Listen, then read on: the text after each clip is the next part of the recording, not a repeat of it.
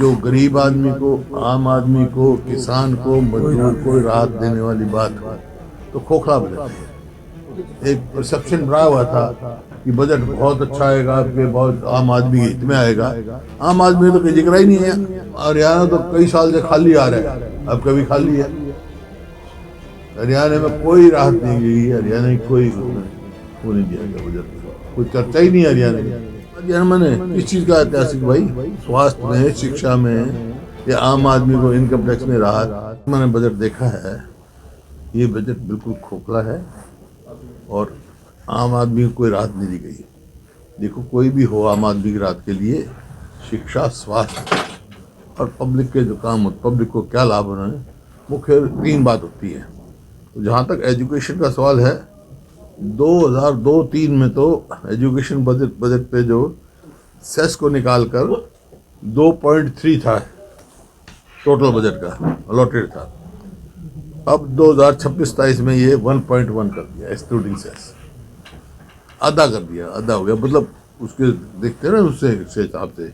इसी प्रकार से हेल्थ सेक्टर में, स्वास्थ्य में 2026-27 में इन्होंने 50 करोड़ बढ़ाए हैं, लेकिन 2017 की पॉलिसी के हिसाब से एक्सपेंडिचर जो होना चाहिए स्वास्थ्य पे 2.5 जो है परसेंटेज ऑफ जीडीपी होना चाहिए, और जो कि अब की 1% से कम है। इसी प्रकार से जो आम पब्लिक है, मध्यवर्ती लोग हैं, उनको कोई राहत नहीं दी गई। महंगाई तो 6% के हिसाब से बढ़ रही है, लेकिन कोई इनकम टैक्स की कोई उन्होंने लिमिट नहीं बढ़ाई, जैसे मतलब कोई राहत नहीं दी गई, और वो गरीब आदमी पर और पड़ेगा। इसी प्रकार से क्रिप्टो करेंसी की बात है।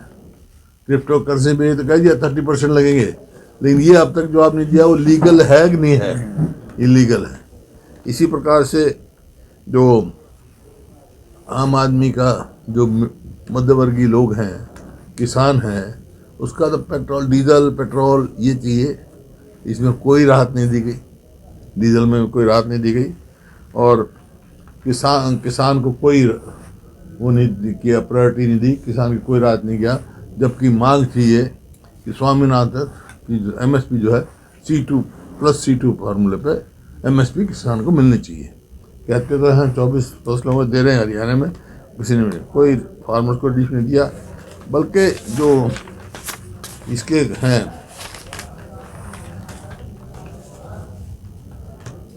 पूंजीगत खर्च में कटौती की गई 1,44,376।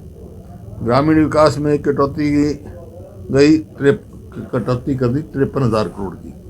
ग्रामीण विकास में ही कटौती कर दी। शहरी विकास बजट में भी कटौती 39,573 करोड़ की कर दी। इसी प्रकार से जो सोशल, जो सामाजिक कल्याण बजट है, उसमें कटौती की गई 9,999 करोड़। खेती में, एग्रीकल्चर में जो कटौती की गई वो 6,985 है। कहीं बढ़ाने का काम ही नहीं किया, आम आदमी को राहत देने का काम ही नहीं किया। शिक्षा के बजट में जैसे मैं बताया, उसमें भी 6,701 की कटौती कर दी गई। स्वास्थ्य के में 3,686 करोड़ की कटौती करी। कहीं भी ऐसा नहीं दर्शाया गया बजट में जो गरीब आदमी को, आम आदमी को, किसान को, मजदूर को राहत देने वाली बात हो। तो खोखला बजट है।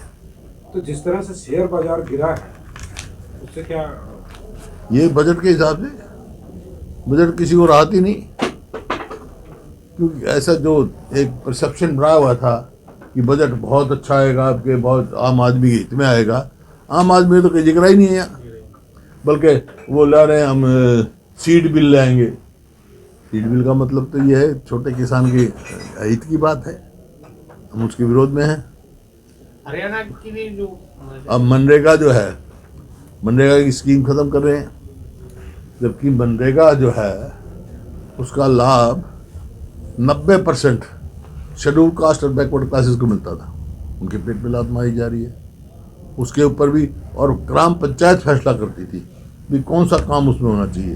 अब ऊपर से ही फैसला हो कौन से काम में, किसी को कोई मजदूर लगा दे, किसी बड़े कोई आया प्रोजेक्ट आया उसमें मजदूर है, वो मनरेगा में जाएंगे। हरियाणा के लिए क्या उम्मीदें थी, क्या हरियाणा के लिए कुछ? हम हरियाणा तो कई साल से खाली आ रहा है, अब कभी खाली है।